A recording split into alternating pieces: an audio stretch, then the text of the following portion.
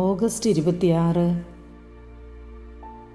സെസറ്റോ Showa മാതാവ്.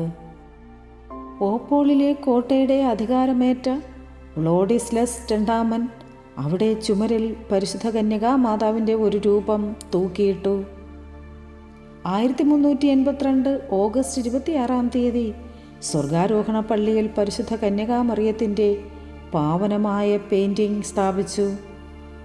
1430 വിലപിടിപ്പുള്ള സാധനങ്ങൾ നിറച്ച വാഗൻ ഹുസൈറ്റിലെ അക്രമികൾ കൊണ്ടുപോകുമ്പോൾ അതിൽ ഈ പെയിൻറ്റിങ്ങും ഉൾപ്പെട്ടിരുന്നു.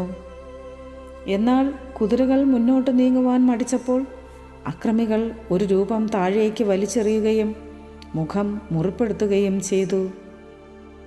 സെസ്റ്റോ ഷോവിലുള്ള മാതാവിൻ്റെ മറ്റു ചിത്രങ്ങളിലും ഈ മുറിപ്പാട് കണ്ടുവരുന്നു. 1931 പോപ്പ് പിയൂസ് 11 ഓഗസ്റ്റ് 26 തിരുനാൾ ദിവസമായി ആചരിക്കാൻ ആഹ്വാനം ചെയ്തു. പോപ്പ് ജോൺ പോൾ രണ്ടാമൻ ഈ പള്ളി 4 പ്രാവശ്യം സന്ദർശിച്ചിട്ടുണ്ട്. Ave Maria.